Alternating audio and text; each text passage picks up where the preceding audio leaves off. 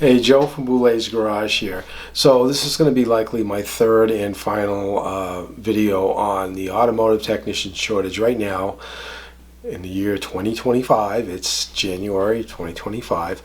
And I spoke to you in the past in my previous videos about, pay cuts and President's Awards and these little meaningless awards to try and get you geared up to work harder or whatever.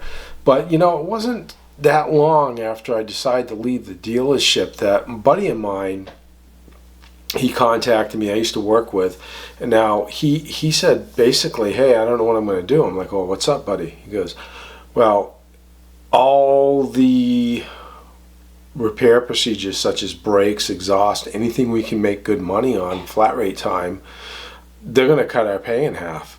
I'm like, wow, I'm sorry to hear that, bud. I said, I don't know what to say. And the way that he dealt with that is that he went in at 7 in the morning instead of 8 o'clock in the morning, worked till 5, barely took a lunch break, didn't take any morning break or afternoon break. That's the way he dealt with it. And I think, honestly, that's the way they wanted, the techs to respond to it. Now, I know for a fact that one guy had left because of this. He said, you know what, no way, I'm not doing this. I got mouths to feed my family, and so he moved on to pursue other brighter horizons.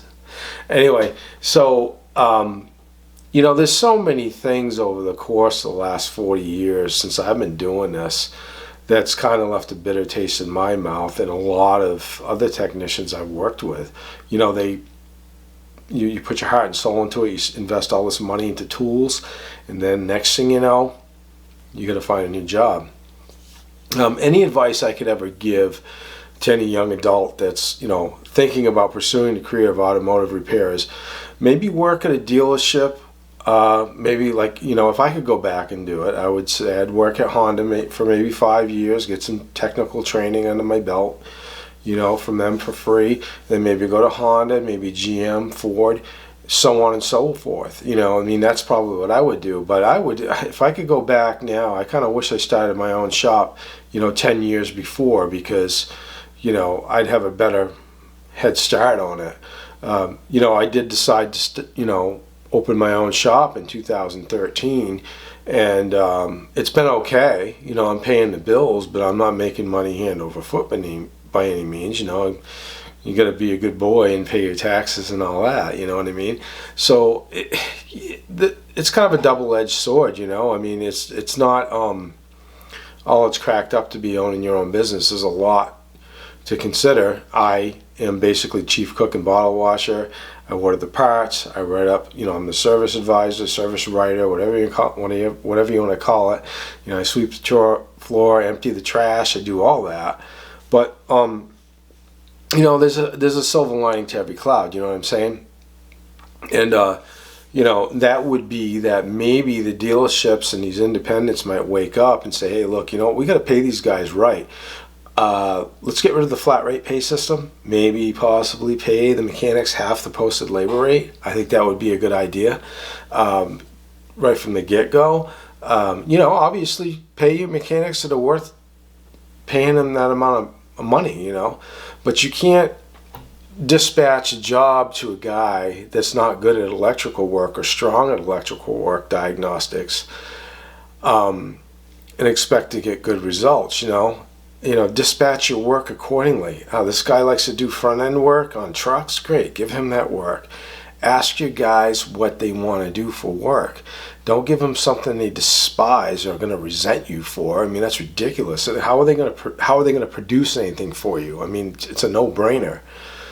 But anyway, so that's my 2 cents on it. There's a lot more to it, and I'll probably throw a video in here and there about it, because what it comes right down to is unfair pay, long hours, a lot of stress.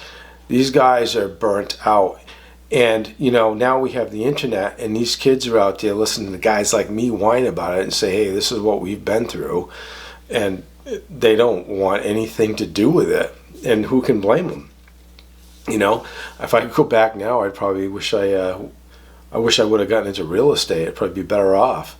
Might have to work weekends, but hey, you know. So, look, and if you're thinking about buying a used car, I did have a book published, If That Car Could Talk, in 2012. You know, there's a lot of timeless information in there. And look, you know, I've gotten some reviews on it that basically is saying that, hey, yeah, this, you know, it just sounds like a storyline and, you know, a lot of fluff material. Yeah, maybe so. Look, I'm a mechanic, but I tell you what, the book's like just under $15. And if it can save you from making a $5,000, $10,000, $15,000 mistake, so be it, you know. But hey, look, if you like this video, like it. I'd love to have you subscribe. I'm really trying to build this channel, get back out here, and you know, treat yourself nice and treat others twice as nice. That's what I always say. Have a good night. Thanks for watching.